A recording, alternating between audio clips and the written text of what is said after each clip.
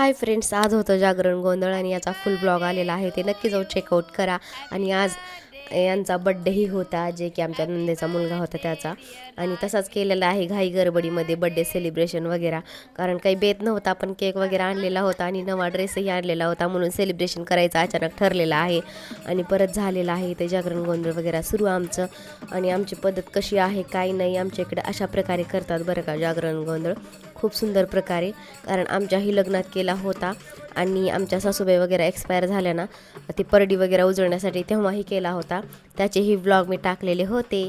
पण माझं जुनं चॅनल यूट्यूबचं होतं ते झालेलं आहे डिलीट, म्हणून ते काही तुम्हाला पाहता येणार नाही आहे. पण चला, त्याच्यामुळे हा तर व्लॉग तुम्ही एन्जॉय करा. हा छोटा काही मिनी व्लॉग आहे. आणि आमच्या इकडे वाघ्या मुरळे वगैरे आणतात आणि ते डान्स वगैरे करतात आणि रात्रभर जागायचं असतं बरं का, खास करून. आणि ते एक जाळ असतो, ते तुम्हाला पुढे दिसेलच, ते पूर्ण म्हणजे रात्रभर जाळायचं असतं, त्याच्यावर तेल टाकायचं असतं. खूप म्हणजे खूपच वेगळं असतं बरं का.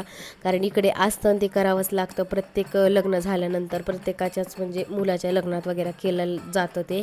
मुलीचं काही नाही, पण मुलाच्या प्रत्येक लग्नात करायलाच पाहिजे. 3 मुलं असो, 4 असो, 2 असो, 1 असो, प्रत्येक मुलाच्या लग्नात हे केलंच पाहिजे. आणि इथं गोंधळी वगैरे नाचत होते मस्त प्रकारे.